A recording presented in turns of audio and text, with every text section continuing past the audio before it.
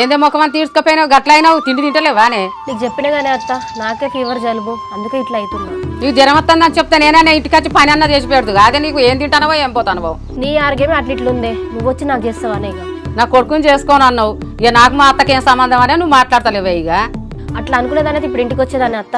నాకు అమ్మ లేకపోయినా అమ్మలా చూసుకున్నావు, నిన్నెట్లా మర్చిపోతానే. నీ మాటలకైతే ఏం తక్కువలేదే. ఆగు నేను బావకు ఫోన్ చేసి రమ్మంట. హలో అమ్మా. బిడ్డ నువ్వు ఆనంగా వేనో పోలేదో మరదలు ఇంటికి వచ్చిందిరా, ఇంటికి రా నువ్వు ఒకసారి. అది ఇంత సడన్గా మళ్ళీ మన ఇంటికి ఎందుకు వచ్చిందే అమ్మా? మళ్ళీ ఏం పంచాయతీ మీద చేస్తుంది? అట్లేం లేదు బిడ్డ, దానికే ఆరోగ్యం బాగాలేదట, నువ్వు అంటే ఒకసారి రారాదు. సరే అమ్మా వస్తున్నావు.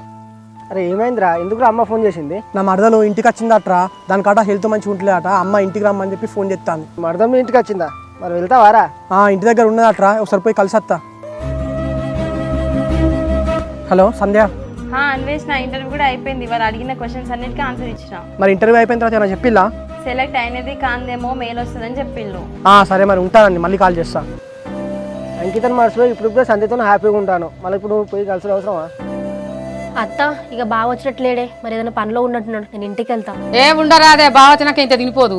ఇప్పుడేం తింటానే అత్త, కానీ నువ్వు బావ మా నాన్న జాగ్రత్తనే, నాన్నని మంచిగా చూసుకోండి. ఏమైంది కొడలా అట్లా మాట్లాడుతున్నావు? మంచిగా చూసుకునే నా తెలియదానే. సరేనే, నేను వెళ్తే ఇంటికి.